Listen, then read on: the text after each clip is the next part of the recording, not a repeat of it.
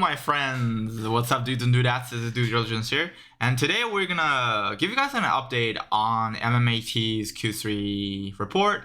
And for those of you who watched my video on what you should look for on the report, you probably missed out on some of the things that they say on the shareholder letter. Usually shareholder letters are kind of useless, but in this case considered, well, according to George, right, according to GP, business as usual. In my opinion, we're in full compliance with SEC regulation. Now that management is off the hook, off the blackout period, I will be adding to my personal position.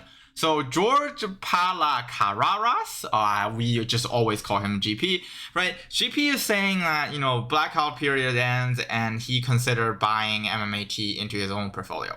So this is very interesting and tricky tweets to tweet out, because technically before you buy anything as an insider, you don't really want to influence the market unless you sort of are shielded from litigation. So what really happens is sometimes SEC will do those impromptu investigations into CEOs and CFOs of their tweets, and sometimes the board and shareholders and other people will sue CEOs who tweets a lot, or their underwriters or financial institutions will sue them. For example, right now Goldman Sachs and JP Morgan are suing Tesla because the tweet that Elon tweeted out. And GP is kind of lucky because their underwriters is actually not doesn't really have that much of a stake and warranty in MMAT because it's a very small cap stock. But when MMAT actually reaching the $10 range, then tweets like this will get him in trouble. But anyways, we also need to be, it's also kind of alarming in a sense, because whenever GP delivers a promise on Twitter, it never comes to fruition. We can actually give you guys a lot of examples on a lot of things that he tweeted out, including the shorts. Those are actually not even on the market yet, and I'm pretty sure we reached that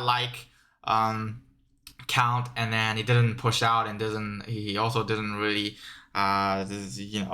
really give us a lot of guidance on what really he's doing with this. And if he's actually adding MMAT into his personal portfolio, he has to disclose with the SEC on a Form 4 or anything. Or one of the things that he can do that's really cheeky is he can buy MMTLP because it's on the OTC market, so he actually doesn't need to disclose. But the problem with that is it's actually not adding MMAT onto his portfolio. He's actually adding on the oil company into his portfolio. So then this entire tweet is actually not true. But anyways, we're not here to talk about GPs and his misdoings or wrongdoings or good doings, right? We're here to talk about the shareholder letter. One of the things that I talk about in MMAT is you have to look at the purchase orders. So if we search up the purchase order, apparently they decrease. So in September, according to GP's call to investors, he's saying that they already secured $8.9 million of purchasing orders. And here we just have a detailed breakdown of what are these purchase orders for, right? Or speculations of what these purchase orders are for. So September, GP confirmed total purchasing orders, which is a PO of $8.9 million. And right now, we know that according to this, Nanotech, the confidential customer, has awarded Nanotech $7.1 million of purchasing orders. So Nanotech has PO of $7.1 million out of the $8.9 million. So in reality, the core business of MMAT actually only have $1.8 million purchasing orders. Okay, compared to previous years, that's actually pretty good, but it's not as impressive. We want to see their core business has at least, as I talk about, at least a 16. So core business goal, or what we are aiming for, is core business. We want to see a $16 million purchasing orders. So short-term speaking, it's not that great. But again, if we go back and look at the price range here, I think what GP is going to do is GP is going to start buying shares at $4 or $3.8, because when it actually reaches $3.8, it literally means that MMAT actually didn't really acquire anything. So at 3.8, in terms of like an enterprise value standpoint, it's actually a really good place to start buying shares. I think he's gonna start buying at 3.8 or $4, and you know, if it go as I talked about before, right? If the stock price going under $4.2, this green line, right? We have a parallel green line setup. We have a tunnel setup, right?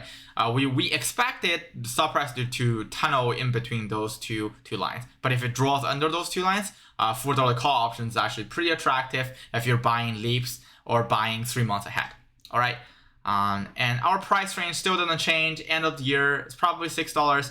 And if you go and look at the option chain, you will see that significant amount of these $5 call options are getting basically squeezed a lot by the entire open market in terms of this expiration. So I don't really think market maker have the ability to squeeze this under 4. If they do, then the next month's rotation, the $4 call options is actually super attractive going into next month and going into January. And what I think tomorrow is going to happen is I think there's going to be a rebound in the entire market, because today everybody is just really worried about interest rate hike in December, which I don't think is going to happen. I think the earliest is going to happen is in January. So I think tomorrow we're going to see a rebound, and Nasdaq's probably going to reach an all-time high again with heavily... there's a problem with Nasdaq going over all-time high. Today, actually, Nasdaq just broke all-time high, but a lot of news channels are not really covering it because they're really fearful of the early interest rate hike. But again, like if you go look at Nasdaq, it's actually going fine. It's just like a lot of other stocks are having problems. You know, EV have a correction as expected. We talked about this weeks before.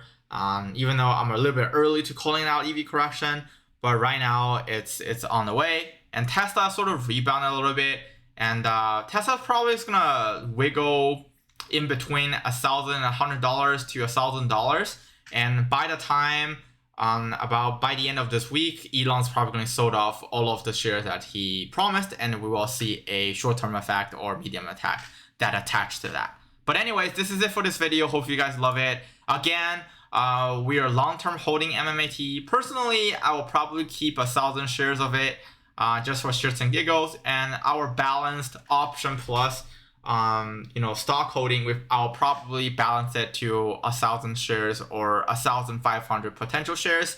That will probably be the case all the way until the beginning of 2022.